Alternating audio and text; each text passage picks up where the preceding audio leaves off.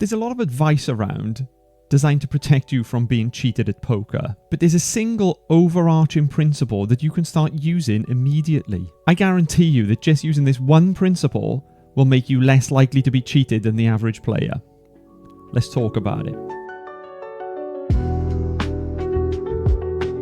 Of all the info that has been released about protecting yourself from being cheated in poker, I'm actually quite surprised that what we're about to talk about is never really emphasized. It's such a key factor. There are consistent and predictable peaks and troughs in terms of how much player attention is focused on the dealer's actions at any one time. I call those troughs points of diminished scrutiny.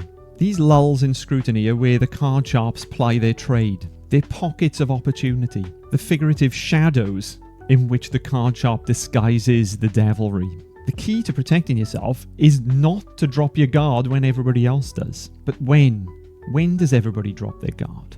Well, the most consistent and clearly defined point when nobody pays attention to what the dealer is doing is after the conclusion of a hand. As the hands are revealed at showdown and the dealer pushes the pot, there's a palpable release in tension.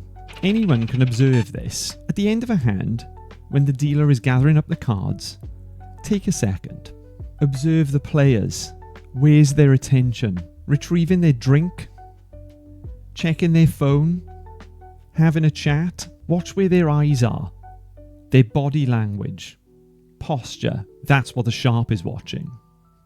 All the time. And I mean all the time.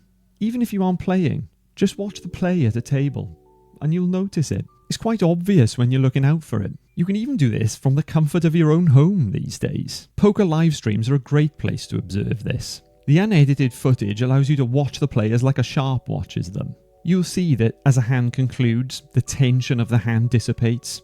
The players relax. Their focus immediately wanders from the board. They turn around to pick up their drinks. They start chatting, often keen to resume a conversation that was paused for the showdown. They spin around in their chairs looking for a waitress, count their chips, looking into their laps, checking their phones. Almost anything but watch the dealer. This is when a sharp will put in work. And bear in mind, even moves that are considered to be the sharp's more risky options are only vulnerable for a second in time. A minor break-in procedure to facilitate a pickup stack, a split second to execute a possibly odd-looking shuffle. There are many methods that are only very fleetingly vulnerable and look perfect from the periphery. The actions and tempo all look correct if you're only half paying attention. They only look suspicious or odd if you're really looking at the sharp's hands when he's executing. And guess what? Nobody's really looking at their hands when they're executing, despite them being surrounded by people. Experienced sharps are tuned in to those lulls in scrutiny. They can feel them intuitively, and they're always watching. It won't seem like it sometimes, but they are.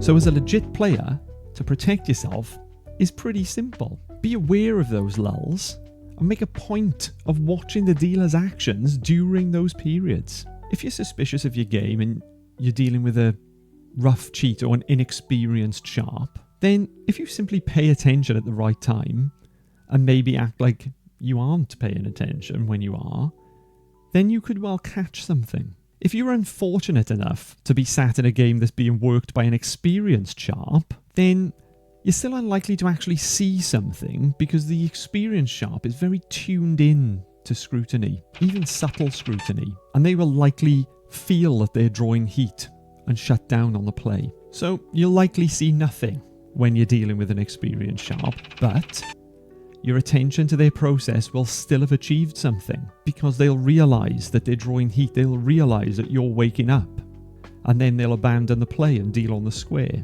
Even though you might not have caught a top-tier sharp in the act, you've still derailed the play and saved yourself and others from being cheated.